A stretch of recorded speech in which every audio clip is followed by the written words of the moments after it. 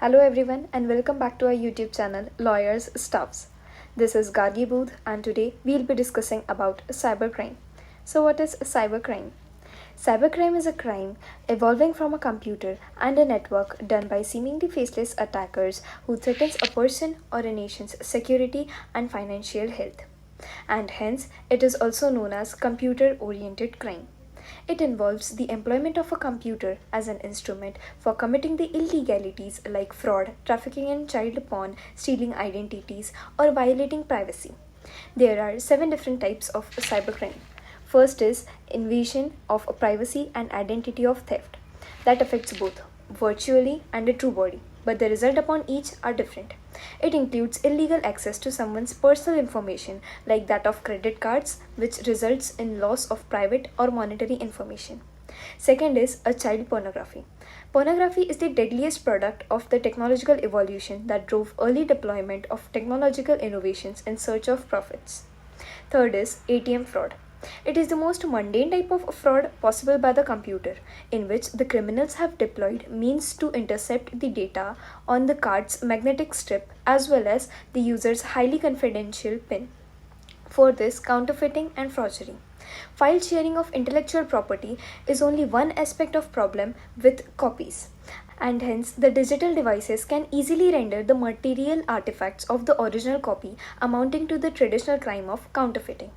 Fifth is wire fraud, which is a worldwide problem in the early 21st century because a sense of security and privacy are paramount to financial institutions, and the exact extent of a wire fraud is difficult to ascertain. Sixth is file sharing and piracy.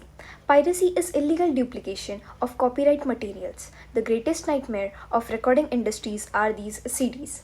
They are a major source of revenue for the recording companies, and easy sharing due to the high internet speed had worsened their situation. Now the last in the room is hacking, which constitutes for breaching privacy of any internet user and misusing their confidential information illegally for their own good.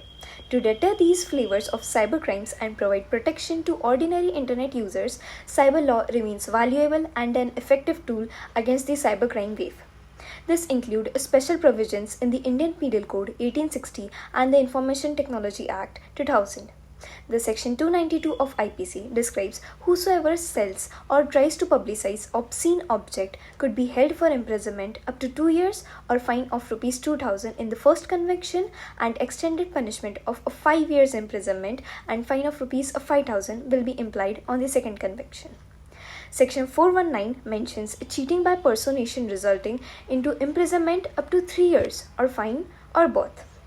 Section 465 mentioning forgery could lead to imprisonment of 2 years of fine or both. Section 500 amounting to defamation could result into an imprisonment of 2 years or fine or with both. Another niche area provided by the Constitution is the IT Act of 2000, passed by K.R. Narayana, having full-fledged 90 sections deterring the malicious cyber actors from performing such heinous cyber crimes. The IT Act gives legal validity to electronic contracts, recognition of electronic signature covering acts like hacking, data theft, spreading of virus, identity theft, child pornography, cyber terrorism as a criminal offense. Further, to address the issues that the original bill failed to cover and accommodate for the development of IT and related security concerns, the IT Amendment Act was passed by the Indian Parliament in October 2008. It gave freedom of expression, intermediary liability, privacy and surveillance, encryption. Moreover, it expanded the definition of communication device to include mobile devices, and placed owners of given IP address is responsible for the distributed and accessed content.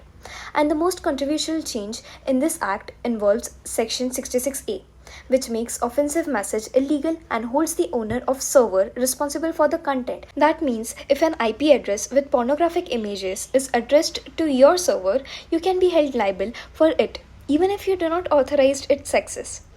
Under the Section 63 of Copyright Act 1957, any person who knowingly infringes or abets the infringement of the copyright in any work commits a criminal offense.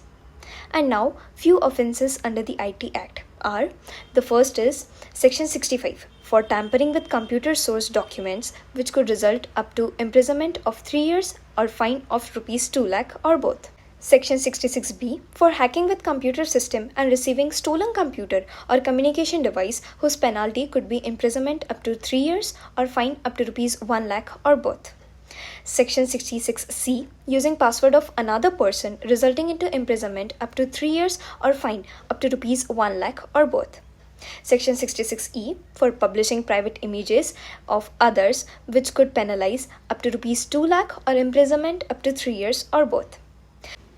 Section 67A for publishing images containing sexual acts which could result into imprisonment up to 7 years or fine up to rupees 1 lakh or both. Section 67B for publishing child porn or predating children online resulting into imprisonment up to 5 years or fine up to rupees 1 lakh or both on first conviction and an increased imprisonment up to 7 years and fine of rupees 1 lakh on the second conviction. Section 69 for failure or refusal to decrypt data penalizing the possible fine and an imprisonment up to 7 years. And lastly, Section 70 securing access to a protected system resulting into imprisonment up to 10 years or fine or both. Now on whom the IT Act can be applied? किससे फर्क पड़ता है? It applies to those company who carries out their business in India and also covers all activity involving online exchanges and electronic documents along with those selling products, running services and maintaining servers can held in this. For example, Instagram is a popular social media app in India and many people engage with it. But it is an US company and does not need policies complying with the IT Act. When it comes to India, India has observed a massive cybercrime wave, majorly after the year 2000, when the networking sites started heating up and became popular. In 2017, there were 21,796 cases, which showed straight 77% of growth rate as compared to 2016. Alone, in 2018, 90,000 cases were registered, with Uttar Pradesh holding the highest number of cybercrime in 2017, followed by Maharashtra and Karnataka, holding 3,604 and 3,174 cases respectively. This shows how susceptible and vulnerable Indian users are when it comes to the crime of cyber. Thank you for watching. Do like, share and subscribe to our channel, Lawyers Stuffs.